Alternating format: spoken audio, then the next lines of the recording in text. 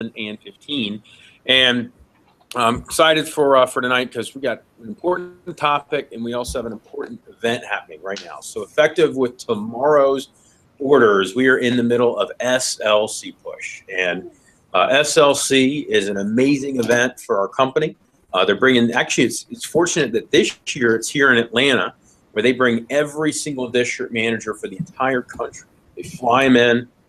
It's one of the best events that we have every single year. For me as a division manager, it is the push that I have the most fun being a part of, because it's the only national push that we have that's against every single other office in the nation. So while SC2 is certainly a bigger sales push and kind of a more exciting push for the perspective of an assistant or a representative or even a branch manager, from a district manager, certainly a division manager, SLC is the kind of the tippity top, so to speak. It's a lot of fun. If you've ever been in the pilot sales manager's office, you'll see all the SLC trophies that we have in there. Those are some of those fondly earned trophies that I have. I mean, it's one of those ones where I don't typically get fired up about winning trophies, but that is one as a DVM that I still love and get fired up about, because it means that when we had everybody together, we stepped up. And so that begins with orders sold tomorrow. So anything that you sell from tomorrow all the way till September 28th is going to count for that push. And so, I'm excited about that. And so we want to make sure that everybody's getting phone generated. I know we got goals up on the board here. We've got some big sales goals for the week. Ian at 1,500, D at 2K, Jen at 2K, and Adam going for 4,200. Still need to get a couple people's goals put up on the board.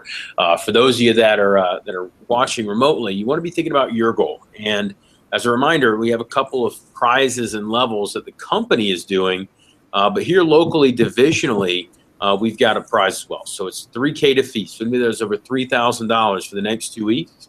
We're going to have a little VIP night. So we're going to be going out, celebrating, doing it up Vector style, out and about. And anybody that's ever been out with me for a VIP night or any type of celebration night knows that it's one to be remembered. It's one you have a great time.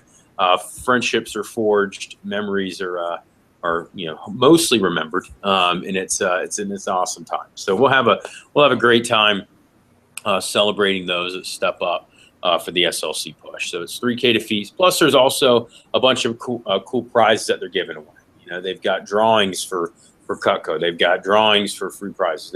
For prizes. There's automatic winners of knives that the company is doing and the region is doing. So there's a lot of cool things that are up for grabs, and it all starts with just stepping up and doing the normal work. And that's what's great about it, is that if you just hit your goal, if you just do the normal work that you put in your schedule, you should earn. This isn't like having to sell 10K like it is for SC2. You're just going all out, forgetting everything else and putting everything else on the back burner for 2 weeks. It's not like that, but it is making sure that you're having some sort of a focus on the key days. When I think about the key days for the push, obviously Sunday was one.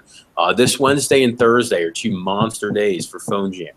So making sure you're blocking those days off to get your phone time, right? And that doesn't mean that you have to have 6 hours a day for those days. Can you get in 3 good hours on Wednesday and a couple hours on Thursday?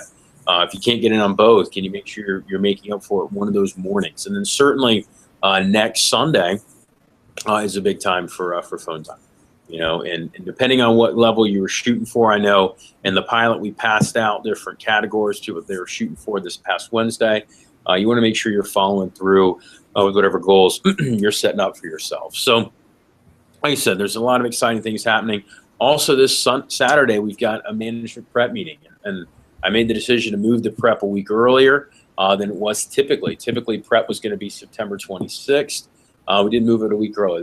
There's an added benefit of having it on the 19th versus 26th, is that it gets the meeting out of the way, creates kind of a corralment effort to launch into the second week of the push to make it an even bigger week than the first week. So that is an added benefit to it. The agenda for the weekend is pretty straightforward. It's going to be similar to last week, which is going to be 9 to 12 next level prep.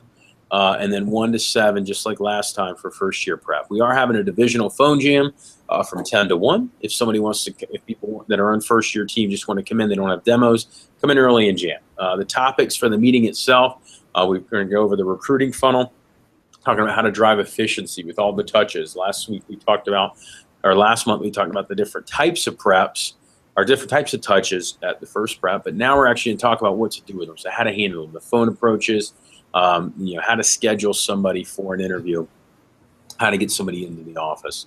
We'll be drilling for skill and role playing the group interviews. So we'll actually be doing that collectively as a group. Now I don't expect you guys to have the group interview memorized by Saturday. That is not the case. Knowing that, especially since we just had prep, less than 12 days ago, I wouldn't expect you guys to have that memorized. That wouldn't be fair. But what I am expecting you to do is we're going to role play it, drill for skill tonight, or role play it tonight.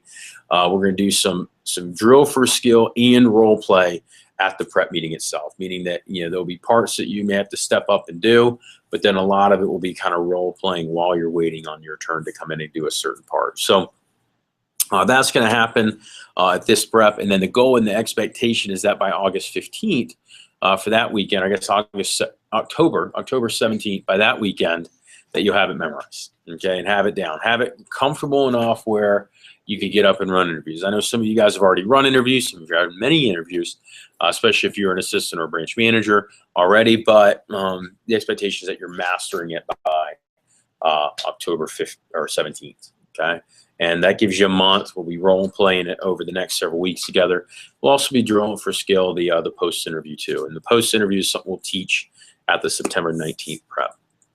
We'll also go over driving demos. So how to handle PDI, how to drive phone jams, how to do day 2 PDI, how to do first weekend PDI, day-by-day objectives of each day, how to really hit a home run, so to speak, when you're talking to your people on a daily basis, knowing that you're supposed to be talking about certain things. We're talking about that. How to use situational leadership when you're coaching and talking to people. So different ways to kind of build them up based on their certain situations that they're in. After that, we'll dig into our rep-driven program. In personal recruiting, the first part of it, which is the phone approach, one-on-one targeting, how to do steroids PRs, how to get alley-oops, and then also, of course, how to handle objections that you may have there. Will Bice going to be talking about his first Olean trip. So Will was our number 2 branch manager this past summer. He's going to be talking about that. And then I'm going to be wrapping things up with a little you yourself incorporated message, which is basically, the benefits that you have by running a branch, what it does for you later in life. And it's really keys to being a successful business owner as it applies to things that you learn by running your own business with us. There's a reason why branch with our company go on to be successful in other avenues of their life. In fact, one of my good buddies, John Hoffenberg, just got recognized as top 40 under 40 in South Florida as a business owner for he runs his own company now called Yellow Telescope, and he's somebody that was actually a district and then eventually a division manager before branching off running his own company, and he was just named top 40 under 40 most influential business owners in the whole south of Florida, which is obviously a pretty big little area of the U.S. So he just got named that, which is pretty cool. So there are a lot of things that you learn about running this business. I also was able to be fortunate enough, I guess, this past weekend to be at my good friend Ben Jackson's wedding. Obviously, many of you guys know who Ben is. Ben is the division manager now of Coastal Division. Started here in this office, was a rep, then a 2-time branch manager, then my pilot sales manager, and then became a district here in our pilot or in our division before getting promoted this past January, actually, to be a division manager. So I was at his wedding, and there was a lot of Vector people there, and it was just so great to see the kind of the loyalty and the fun and the camaraderie that the Vector people have. And I was fortunate enough to be in the wedding, and the guy that was the best man was a former branch of mine as well as a district named Chris Reen.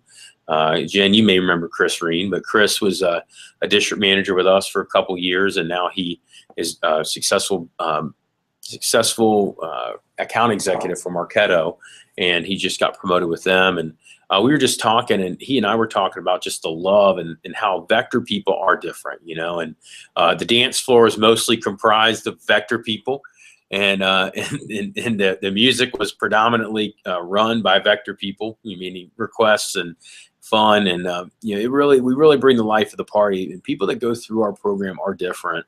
And a lot of the people that were there were fellow managers and people that Ben had grown up in the business with, both as a rep, eventually management candidate, and then now as a manager. So you do develop a following. And like I said, I was fortunate enough to see that firsthand this weekend as we celebrated Ben and Catherine. And I've seen that relationship grow from kind of being just initially while in high school, kind of an on again, off again type thing, to then going away to college together and really developing into a great friendship and relationship. And then now the best relationship there is, which is a marriage. So that was a lot of fun, a beautiful wedding. And we had a great time there. So anyway, the topic for today that we're going to dig into is going to be the first half of the group interview. And I want to talk about the objectives of each of these sections and what you're trying to get accomplished, as well as you walk through it, what you're trying to get done, basically what's happening. So, so if you pull out the group interview itself, while we're doing that, I'll just kind of go over kind of keys to getting a great show training. As number one is the office culture, meaning if there's a great office environment, people walk in and the place feels good, that leads to people wanting to show training. Understanding the role recognition and execution. There's different roles that people have during the interview process that are important. And then you also got to run a purpose-driven interview, meaning you got to run the right type of interview. I mean, you can't just get up there and run the group. I mean, if you get up there and just say it, you could get a 40% show to training. I really believe that's pretty standard. But if you want to get 50%, 60% or better show to training, you really have to run a purpose-driven interview, meaning each section of it has a purpose that you're trying to get accomplished. Why people show to training: number one, they understand the job and feel like they'll be successful. That's very important. Number two is that they'd like to work for the recruiter or be like them. They want to be them or be like them, or like to really work with them. Main reasons why people don't show, simple enough, just lack of control and somebody just not being on the program. I mean, if somebody's up there winging it, or they don't have certain props, but they say that they're going to have something, it makes them look unprofessional, makes them look unprepared, makes them look amateur, and quite honestly, that can hurt your show to training. Okay, so as far as the purpose-driven interview, so the first section of the interview, it's not really listed in the group interview itself or even in the pre, but it's the welcome and seating section. And when somebody comes into the office, they need to feel good. There needs to be a warm kind of entrance that they experience, because you got to keep in mind, when people go into an interview, some people know about the job, some people don't know about the job. Some people are just nervous as can be. You know, in fact, most people that come in are incredibly nervous. And so when they walk in, if they're made to feel kind of unwelcome, or if they feel like they don't belong, meaning like they completely stand out, that first impression can be enough to cause some people not even to want to stay for the interview. And out of respect and courtesy, they sit through it, but they have zero intention of ever coming in. So there needs to be a warm feeling and comfort. And so when somebody walks in, that whole process is about feeling comfort. Those are the purpose there, right? So the feeling, you feel like they belong, then you feel comfortable, and it needs to feel professional. So what does that mean? That means when somebody walks in the door, they're being greeted with a handshake and a welcome by someone. It could be a receptionist, it could be the interviewer, it could be an assistant that's there, but somebody needs to be there to introduce themselves, the handshake, and have them feel comfortable. Once that happens, they need to be escorted back into the interview room, wherever that may be. And when they go back there, they need to be placed in a proper place, meaning that kind of spread out, and somewhere where they can fill out their application, again, feeling comfortable. If they're sitting on top of someone else, it'll be a little uncomfortable. If there's no music playing and they're filling out something, it feels kind of weird and awkward. So it needs to be kind of normal, welcoming music there. I mean, they walk in, there's death metal blasting, that may feel a little strange.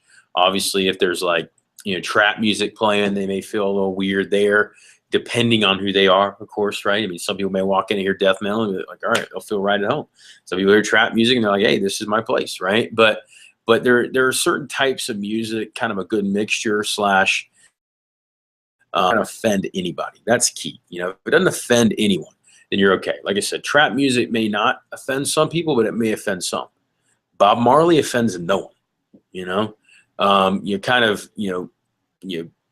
tropical house music type, that kind of affects no one. It's just kind of feel good elevator type music. It's not going to hurt or help your show, but it certainly is going to help people feel comfortable no matter what. Like I said, Bob Marley was one I used to always play when I was a new manager. Dave Matthews Band was something I used to always play when I was a new manager, just because those are kind of things that people kind of have heard of at the time, but it didn't offend, right? So if you've got like kind of a normal pop music that you could play that's edited so it doesn't have a lot of swear words, you can play that. Like I said, it's not gonna offend anybody, and they'll feel comfortable. Okay.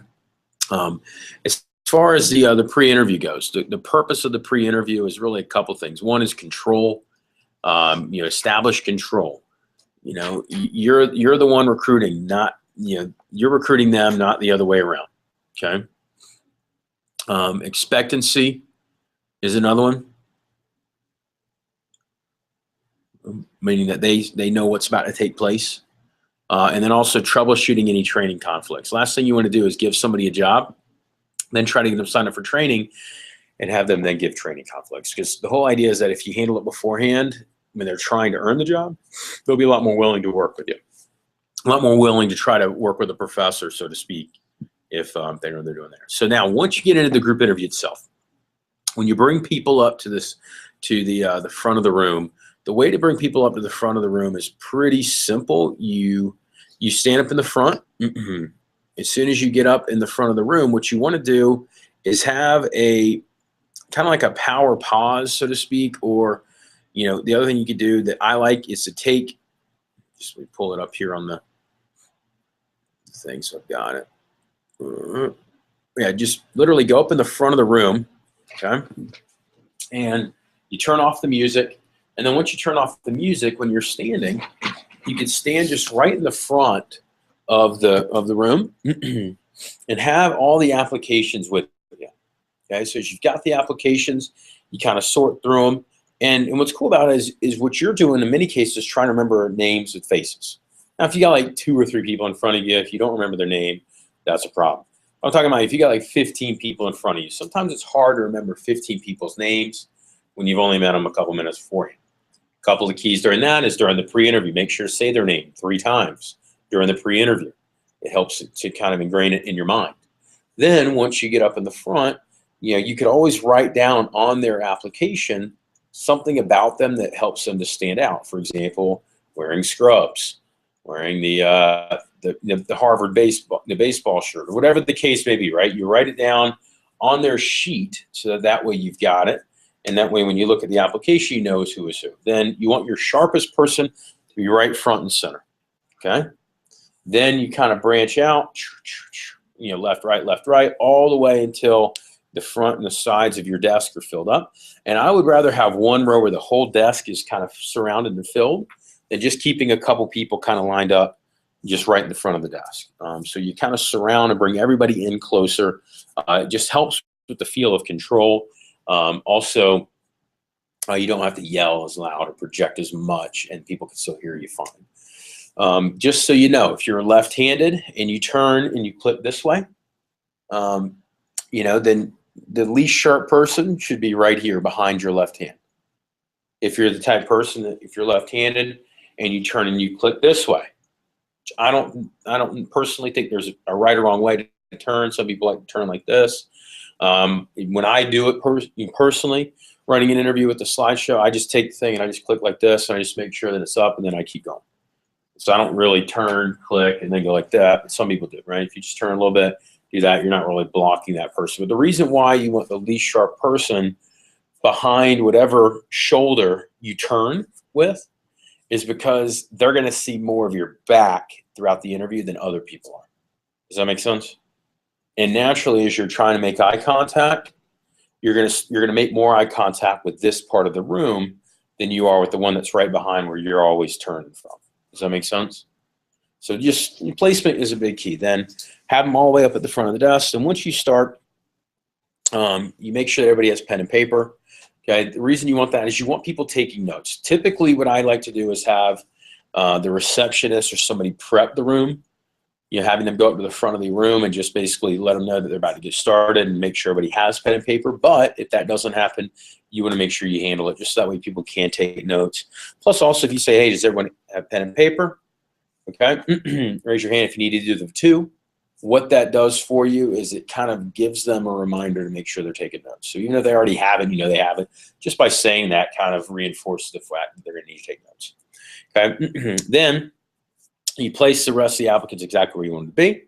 And then when you go ahead and get started, that first little paragraph there of, you know, as you know, my name is blank, right?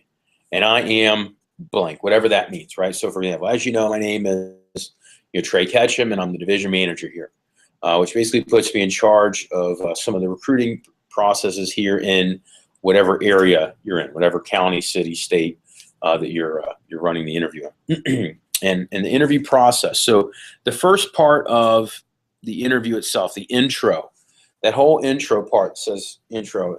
It's all about laying the foundation.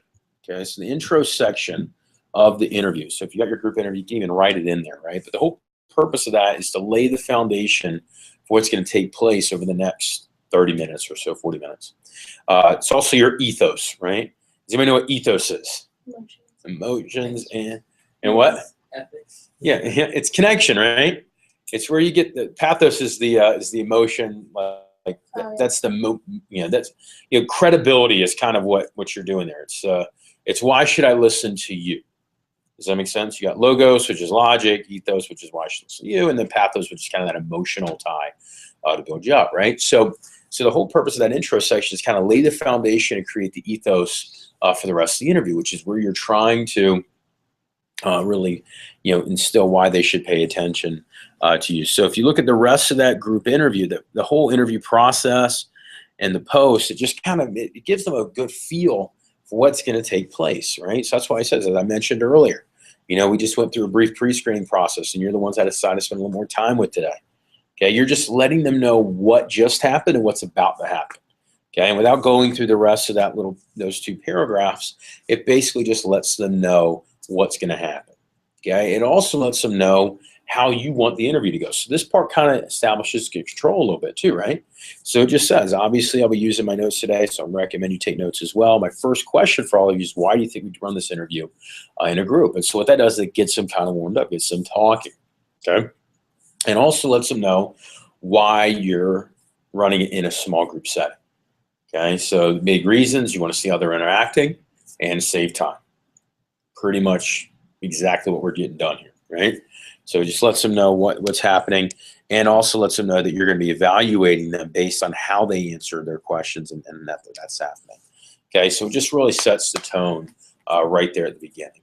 Okay, now the other thing that I like about this is at the end of the intro section, it also lets them know that you started in exactly where they are. And the reason why that's a big deal, okay, is because that gives the opportunity for advancement. It lets them know that you've been where they've been. So there's not this kind of weird feeling. It builds a tie-in to you as a recruiter, meaning, hey, I've been where you've been.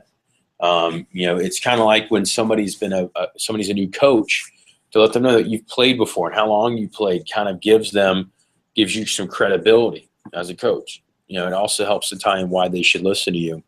And so that's what you're getting done there during the intro. Now, during the company section, the purpose of this is what you think.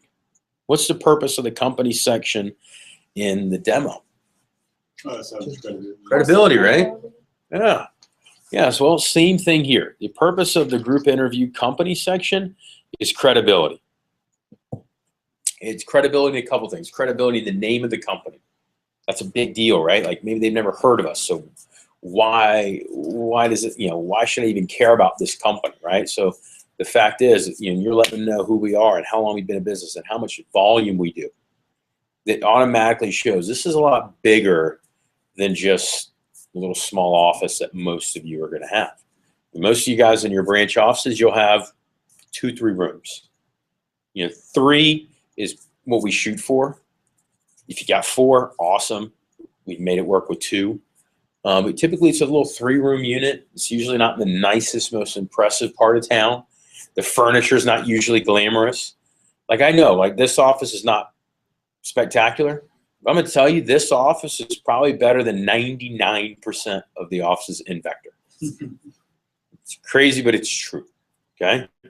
I mean, I would, just so you know, I would never allow any of you guys to have an office even 1/3 as nice as this as a branch, right? Unless you just got lucky and got some sweetheart deal.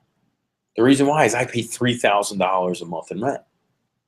That wouldn't make any sense for somebody running a profitable business as a branch manager to do, right? There's other reasons why I have such a nice office. Part of it is running a year-round office. Part of it is having a place big enough for divisional events. Part of it is having having something where, as a pilot office, I want it to be a little bit nicer. And I also got a killer deal. This normally could be $4,000 or $5,000 space, so I just got a killer deal for that. But for you guys, and we're talking spending $500 a month, maybe $400 if you really get a killer deal. So part of the reason why you explain the company history is so that they see this. Okay, this is a big deal, right? This may be a little small office. This is a much bigger part of something, right? This is part of something much bigger, and I think that's important.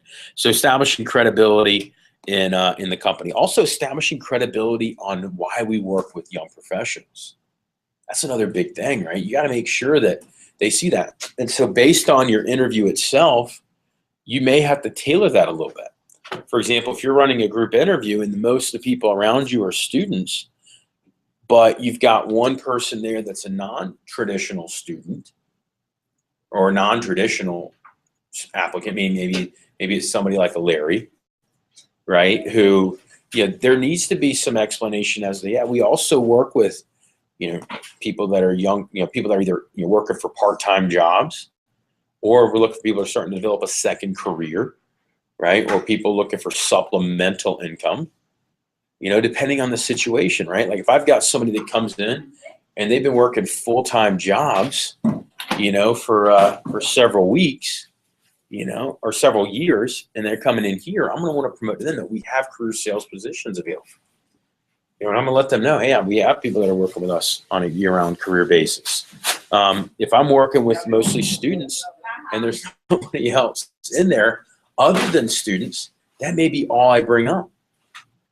I may just quickly mention the others, but I'm not going to go over examples of people that are working for supplemental income. And if I've got all students, so if I'm working with all career sales professionals, I may bring up an example of that and may just quickly mention that we work with students to kind of explain why there's some young people also in the interview. So you got to base it on whatever you've got in your group, and that gives credibility.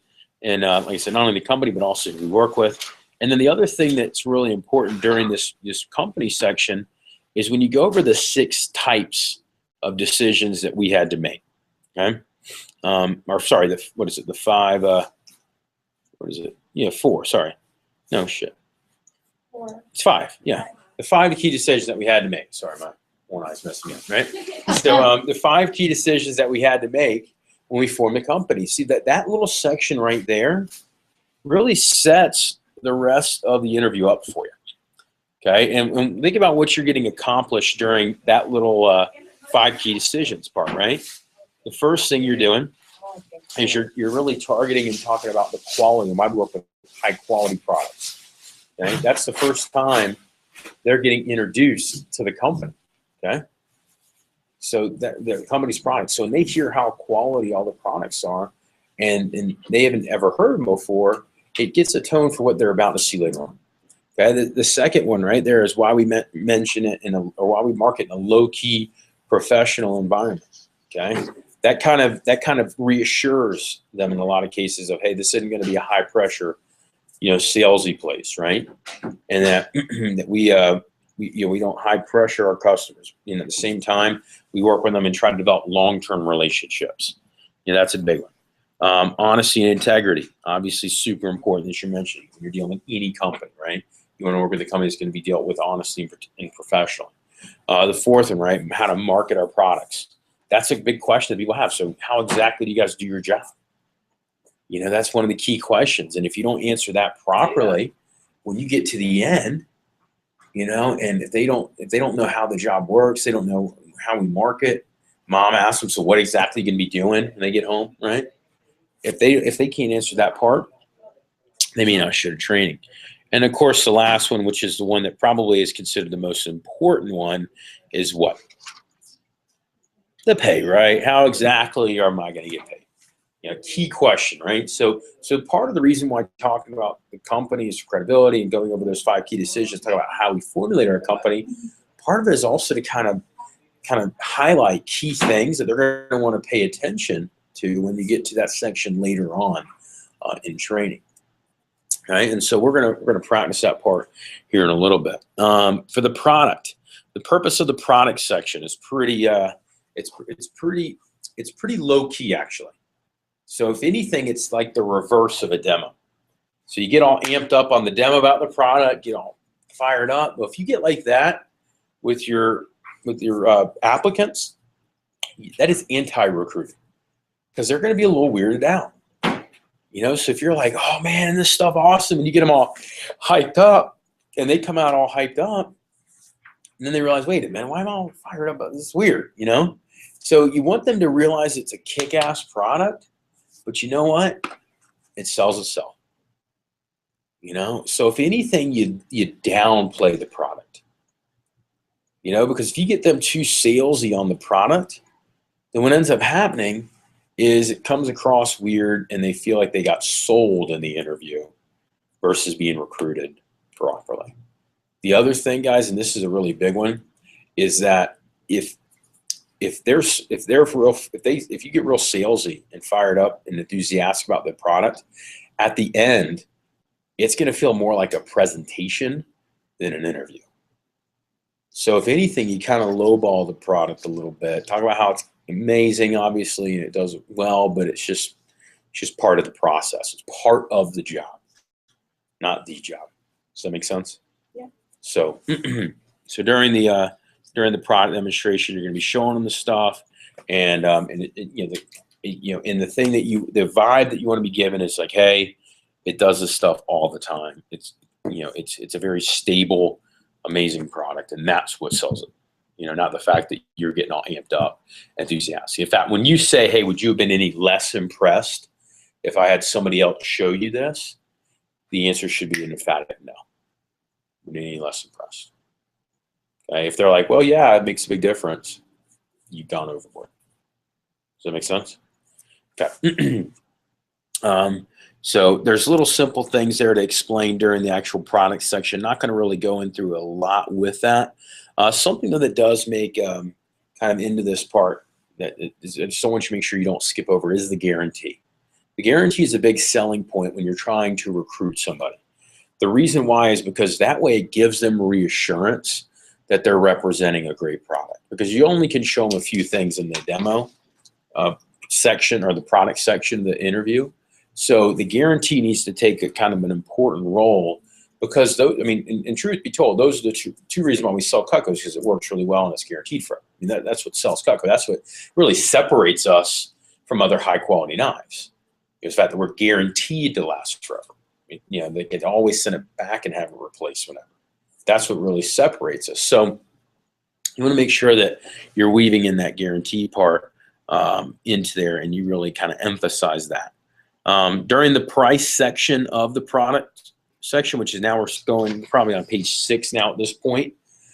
So you're getting towards halfway through the group interview. What you're trying to get accomplished there is that, look, we're right in range with our high quality products, and you want to say it very no big deal. Okay, so like kind of like you do on the demo, where it's like, hey, this other stuff costs this much. Here's what we cost. It's kind of very straightforward. no real hype there for that, right? Like I wouldn't even be like, yeah, no, other stuff, we only cost this much, right? No, it's just, hey, other stuff's going to cost about 150 to 200.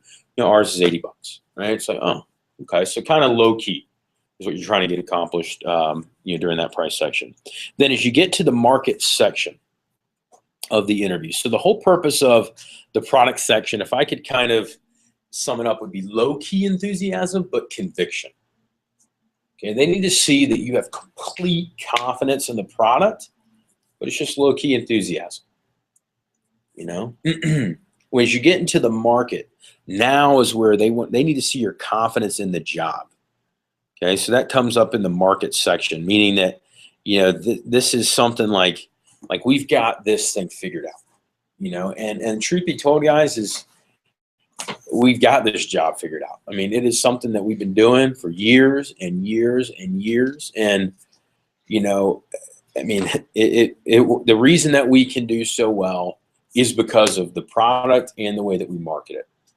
Meaning we're showing, the way that we show it, the way that we let customers use it firsthand, the way we work through, kind of our initial warm market, right? That's a big deal. That works.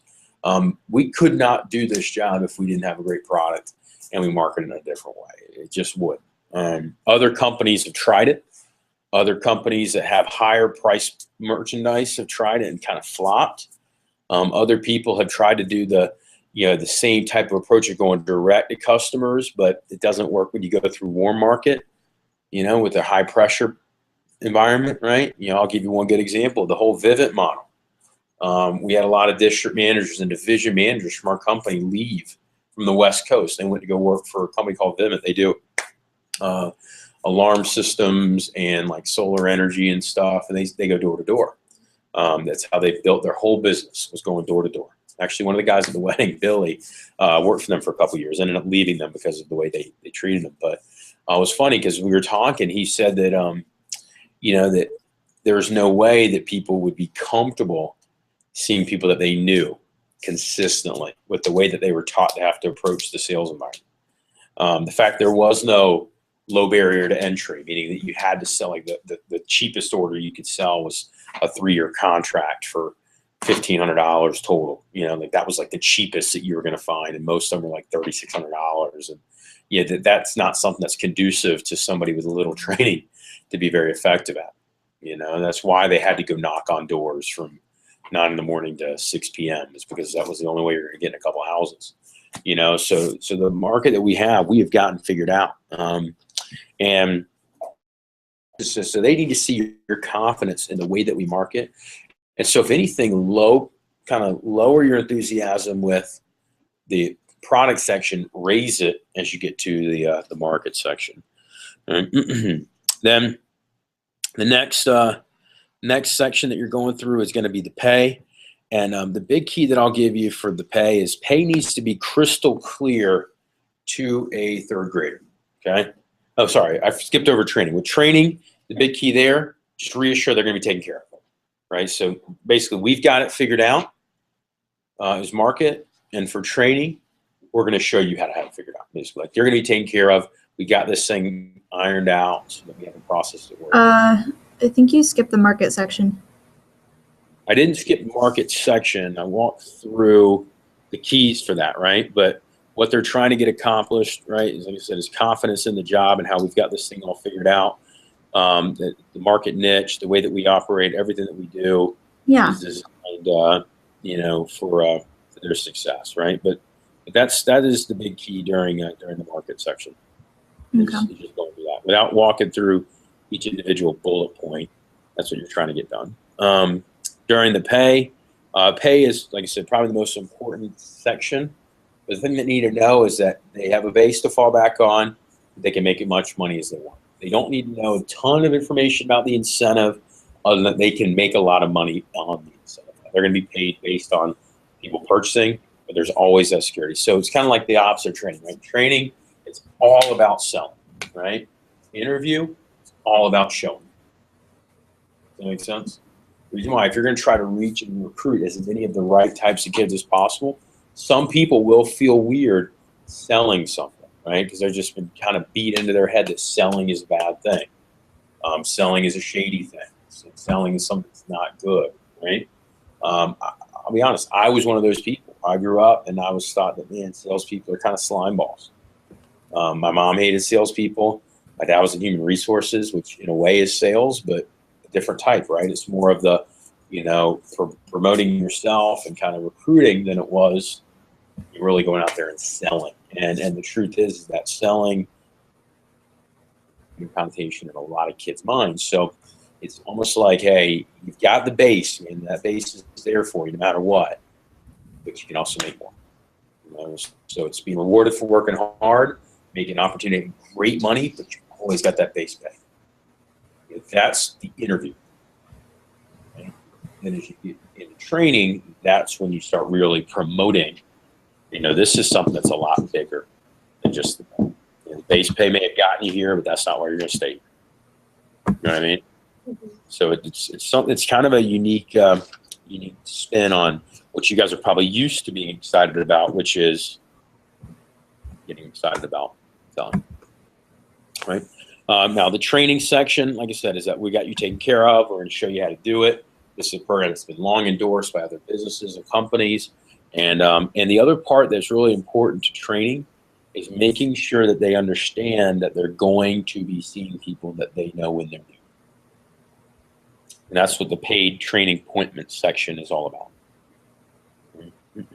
So you mentioned it earlier, talking about the market, but you're reinforcing it here during training. So that way, when somebody leaves the interview, they should know, yeah, I'm going to be seeing people that I know and practicing people that I know. That's also why that base pay thing is also important, because see, for a lot of people, it's like, hey, okay, I get paid $15. I'll see everybody. Versus, okay, I got to go a bunch of people I know and try to sell them something. It's a different type of vibe that somebody has when they're leaving.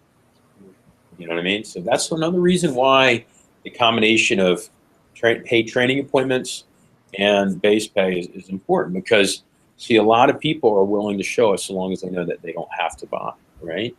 A lot of customers are willing to see the product as long as they know they don't have to buy. And then once they see the quality, once they see the business, then it makes a difference. So those are just a couple key things there during training, promoting that they're going to be taken care of. Now, for the perks section, this is where another place where you really want to raise the energy. As you're talking about the experience that they're going to get and the team. So as you're kind of going through the perks itself, it's you're just going through some of the things that you've already kind of referenced. So if you think about like the company kind of introduces some of the key things you're going to talk about, the perks kind of reminds them of some of the good things you just talked about.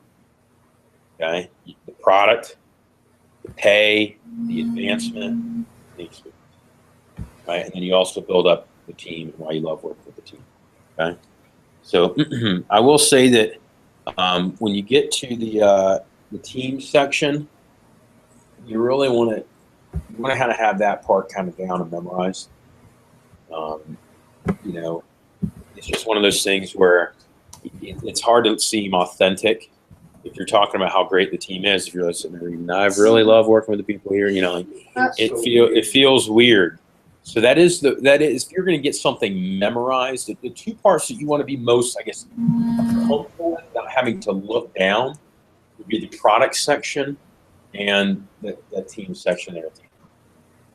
The reason why is the product section is big is you're doing a lot of moving, right? There's a lot of, you're opening up drawers, you're taking out stuff, you're flipping through a blue book, you're showing them things. And so during that section, you really want to be able to look at it, put it down, and keep going, and then be able to pick it up a little bit later. The first couple that you do, you'll need to probably still use your notes to kind of follow along, but those are the two parts you really want to get down the quickest. Okay. Then that last little bit there, as you transition into the post interview, is where you're setting up getting PR names, making sure that you're getting them to be quiet basically and sit there and wait their turn. Understand it's not a race. Understand that that you're establishing control in last time by placing people where you want them to place, letting them know that you'll be the one taking people back, not them, right? That, I'll be meeting with you as I take you, not when you get done. Does that make sense? So I think that those are a couple of things that you're just getting done there that last little bit.